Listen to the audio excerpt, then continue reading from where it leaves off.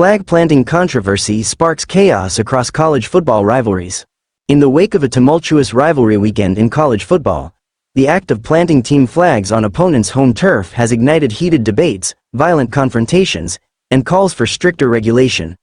What was once a celebratory gesture has now become a divisive act, sparking brawls, fines, and introspection within the sport. The chaos unfolds. It began in Columbus, Ohio, where Michigan Wolverines stunned the Ohio State Buckeyes in a dramatic upset. Michigan edge rusher Derrick Moore emerged from the tunnel wielding a maize-and-blue flag. His triumphal march across the field, however, was interrupted when Ohio State senior Jack Sawyer wrested the flag from him, triggering a melee involving players, coaches, and sideline personnel. Jason Avant, a former NFL player and Michigan sideline reporter, intervened, seizing the flag from an Ohio State player. Recalling the incident, Avant quipped, "I still train 7 days a week. I knew they weren't knocking me over." Similar flag planting incidents unraveled elsewhere. South Carolina players planted their team's flag on Clemson's Tiger Paw logo after a win. At North Carolina's Chapel Hill, North Carolina State safety Cyrus Fagan sparked tension by celebrating midfield with a flag. In Florida, the Gators' George Gums Jr. planted his team's flag in Tallahassee, escalating to an on-field clash between Florida State's coach Mike Norvell and Florida's Billy Napier.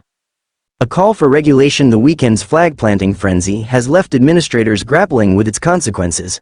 Fights, law enforcement interventions, and even injuries were reported. In Columbus, police used pepper spray to quell the chaos, and an officer required medical attention. These incidents have led officials, such as ACC Commissioner Jim Phillips and Big 12 Commissioner Brett Yormark, to urge for a collective, aggressive approach. "This is unacceptable," Phillips declared. The Big Ten responded swiftly, issuing $100,000 fines to both Michigan and Ohio State. Yet other conferences, like the SEC, had preemptive measures in place. SEC Commissioner Greg Sankey advised schools to remove flags from fields late in games, a protocol he reiterated during the Texas vs. Texas A&M matchup. Divided opinions on the flag planting issue are polarized.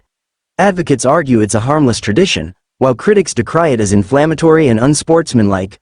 Ohio State coach Ryan Day defended his players' actions, stating, "These guys were looking to put a flag on our field, and our guys weren't going to let that happen." Conversely, Michigan coach Jim Harbaugh and others have condemned the practice as disrespectful. ESPN analyst and former Ohio State quarterback Kirk Herbstreit called for stricter penalties, suggesting suspensions for players involved in post-game altercations. "These dudes need consequences for their own good," he asserted on social media. However, such measures could have financial and competitive repercussions for conferences. A tradition under scrutiny. Flag planting, rooted in military traditions, has long been a contentious aspect of sports rivalries. Notable instances, such as Baker Mayfield planting Oklahoma's flag at Ohio Stadium in 2017, have added fuel to the debate. This weekend's incidents, however, have brought the issue to a boiling point, with widespread calls for reform. As college football evolves into a more nationalized, professionalized model, administrators are left to navigate these challenges.